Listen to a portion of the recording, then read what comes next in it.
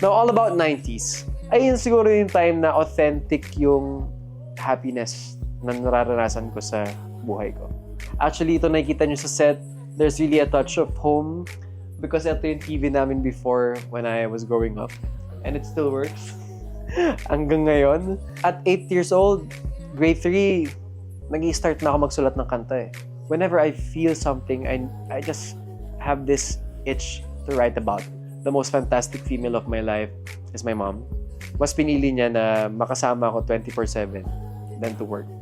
It's me, no, it's just me, yeah. It's no imitating. I'll let you fly, don't forget, feel my vibe. Hello, this is Marlo Mortel and welcome to Lowe-Key 90's. So you might be wondering what Lowe-Key 90's is all about. Well, number one, I'm born in the 90's. And number two, sobrang laking inspiration niya when it comes to my career, my taste in music, and my personality. Just look at this, everything here. Actually, ito nakikita niyo sa set, there's really a touch of home because ito yung TV namin before when I was growing up. And it still works hanggang ngayon. And then, behind me are CDs that I actually purchased and collected along the way, as I grew up. And bukod doon, Lowe-Key is actually a production team that I built just recently. This is our first project. Lowe stands for Marlo. That's my real name, Jan Marlo. And then Lowe-Key, I just admire people with low-key personalities. Sometimes you don't really know how big they are, how successful they are, and that's what I aim to achieve in my life, is to just be happy and be successful, but stay low-key. Now, all about 90's. Let's go back to that. I really love that I grew up in that era because nabutan ko yung mix ng organic living and ngayon na very technology-dependent na yung mga tao. I remember those times na nasa bahay lang ako with my mother watching TV and then playing outside pagka talagang oras na ng laro. Kasi 4 p.m. or 3 p.m. oras na ng mga kabataan para maglaro sa labas. Mga naranasan ko yun, mataya-taya, tumbang preso, 21, patintero, lahat yun. And it was so fun. And that's something that I will never ever forget. Ayun siguro yung time na authentic yung happiness na nararanasan ko sa buhay ko. And kaya ito lang dito ngayon because as a musician, ito mga nakikita nyo, like 80% dyan nanggaling yung influence ko. As a singer-songwriter, at a very young age, at 8 years old, grade 3, nag-i-start na ako magsulat ng kanta eh.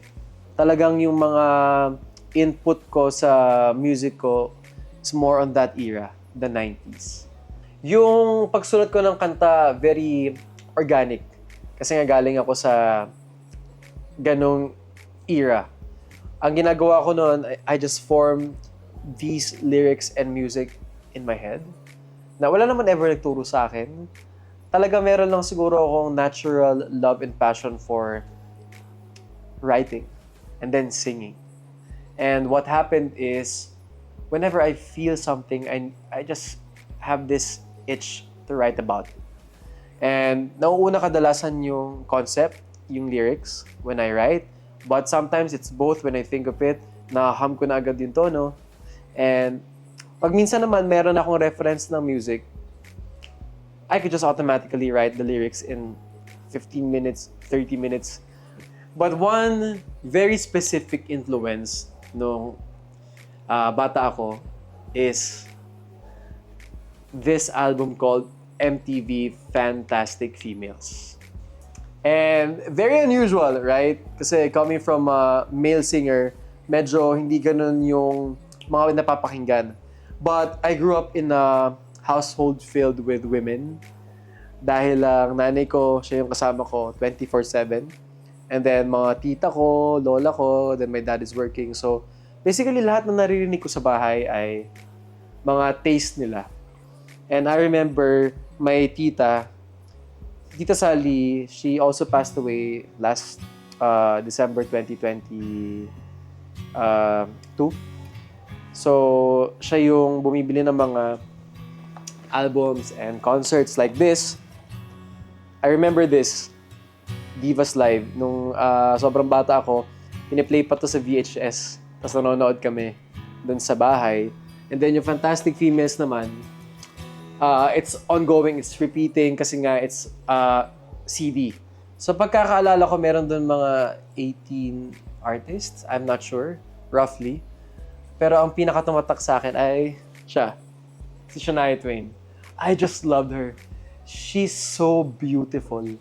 And yung pagka-country niya is not super country. It's like bordering pop rock, which is revolutionary at that time. Kasi after nung You're Still the One na nasa Fantastic Females, nilabas niya yung Man, I Feel Like a Woman, That Don't Impress Me Much. So, I was so impressed by her taste in music. But, in that album, meron ako specific na gustong kanta na hindi ako nagsasawa. And that is Crush by Jennifer Page.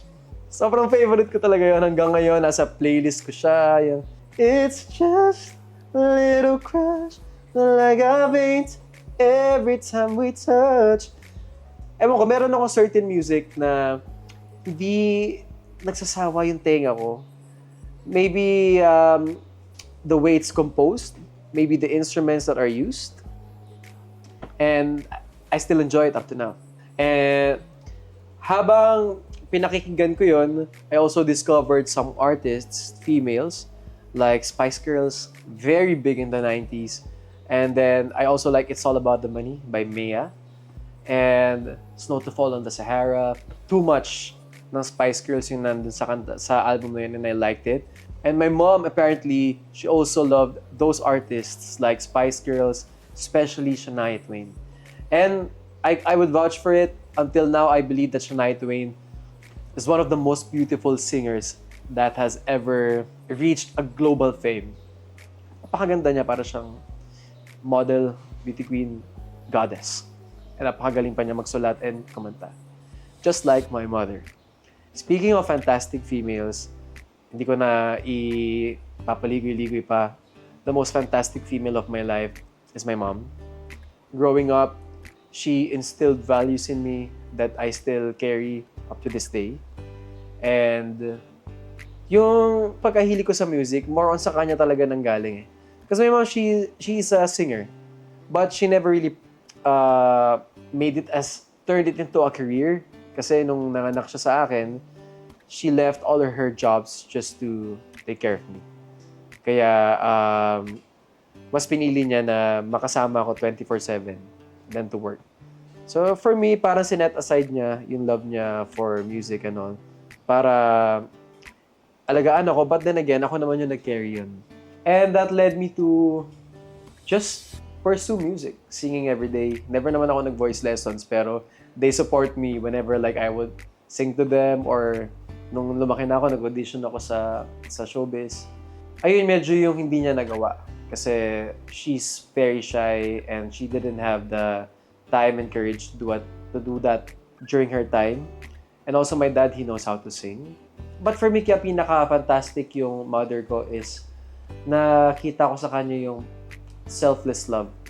Kaya nung lumaki ako, hindi din ako nagdalawang isip, just to give her everything. Because she gave me everything, all the love, all her life. Well, growing up, very simple lang talaga kami. Masaya na kami pagka magkasama kami, naglalaro ng mga games, nanonood ng favorite namin na TV show, nakikinig ng music, and nagmamall. Mahilig magmall ang mom ko. Kaligayahan niya na yon. So, lagi kami nasa Festival Mall or ATC South Mall kasi I grew up here sa South. And ang precious nun. Ang precious nun. Kahit nung nag-artista na ako, nagta-time zone pa rin kami, nag-games kami. Kasi it's something that you cannot take away yung bonding moments. Kahit pa sabihin natin na pambata siya. But for me, reliving those moments are gonna be hard, especially now that I'm not with her. And yung mga memories ko na yun, ayun na yung parang mga last memories ko sa kanya na malakas siya na masaya siya.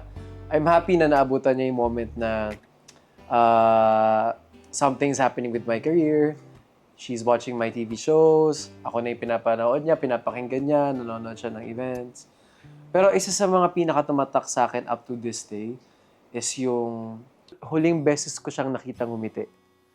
Kasi what happened is, she's been in the hospital for months. Ayun na yung naging bahay namin dahil sa cancer niya. And alam ko na kahit sobrang hirap niya, she doesn't want to show it. She still keeps on supporting me. She wants me to know that she still is the #1 fan and always will be. Then may time nun, lalabas ako ng hospital to buy some stuff for us. Nakita ko siya na nag-smile siya ng pilit. Yung ganun. She was really trying. Pero basically, mga muscles niya sa katawan, hindi na gumagana kaya hindi siya makalunok. And habang nasa labas ako nun, tumawag sila sa akin na parang my mom lost consciousness na parang wala na siya. So I rushed to the hospital and then talagang I kept on calling her name. Then I kept on telling her to wake up. She did wake up. Pero iba na, manas na yung katawan niya. And it's not the same anymore. So yung huling thought of her, huling sight of her na nakita ko na ngumiti siya, that was it. That's the last time I saw her as her, Merly, my mother. And because of that, during the pandemic, there were times that I would really recall that moment. And I was able to write a song about it. And it's called Huling Ngiti. It's about, having regrets. Kumbaga para akala ko noon may oras pa. Because I had high hopes I kept on praying. I kept on claiming it that she will be fully healed. Pero hindi nangyari. So I guess my advice for you, especially when it comes to our mothers, spend time with them as much as you can. Alam niyo yun, because we only have one. And when they're gone, it's some missing piece of puzzle that's very important sa buhay natin. And I miss her every day. So, ang tangi ko na lang nagagawa ngayon is just remembering all our happy moments. Putting our memories into a song. And just keep on playing those images of her in my mind. And since tomorrow it's Mother's Day, and it's our first episode here on Lowe-Key 90's, we have a special treat for you. Like what I said, our moms are the best gift that we can ever have. If you want to win a bonding moment for you and your mom or for yourself as a mother, sagot namin kayo.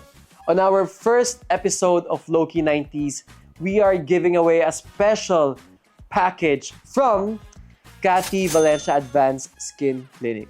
So it's up to you kung saan mo siya gagamitin for beauty, for skin, and all I can say is I've been with Katy Valencia for the past 2 years, and they are the reason why my skin is healthy and radiant, and you can also experience this with your special loved one. All you have to do is follow us on our Facebook page, Lowe-Key Productions, look for our post featuring the Katy Valencia promo, and just comment your best memory with your mother or you as a mom. You could add the photo and then put the best caption or description why this moment is very special for you. The comment that touches us the most gets to win a special treat from Katy Valencia Advanced Skin Clinic. And we will announce the winner on our next episode, or just stay tuned to our social media accounts so you can see who the winner is.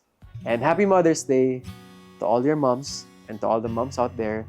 So as we remember our moms, I have a special song for you. I'm gonna perform Huling Ngiti for the first time ever here at Lowe-Key 90's. And I dedicate this song to you, Mommy. Happy Mother's Day, and I love you, and I miss you every day. Akala ko may oras pa, akala ko may bukas pa natitira.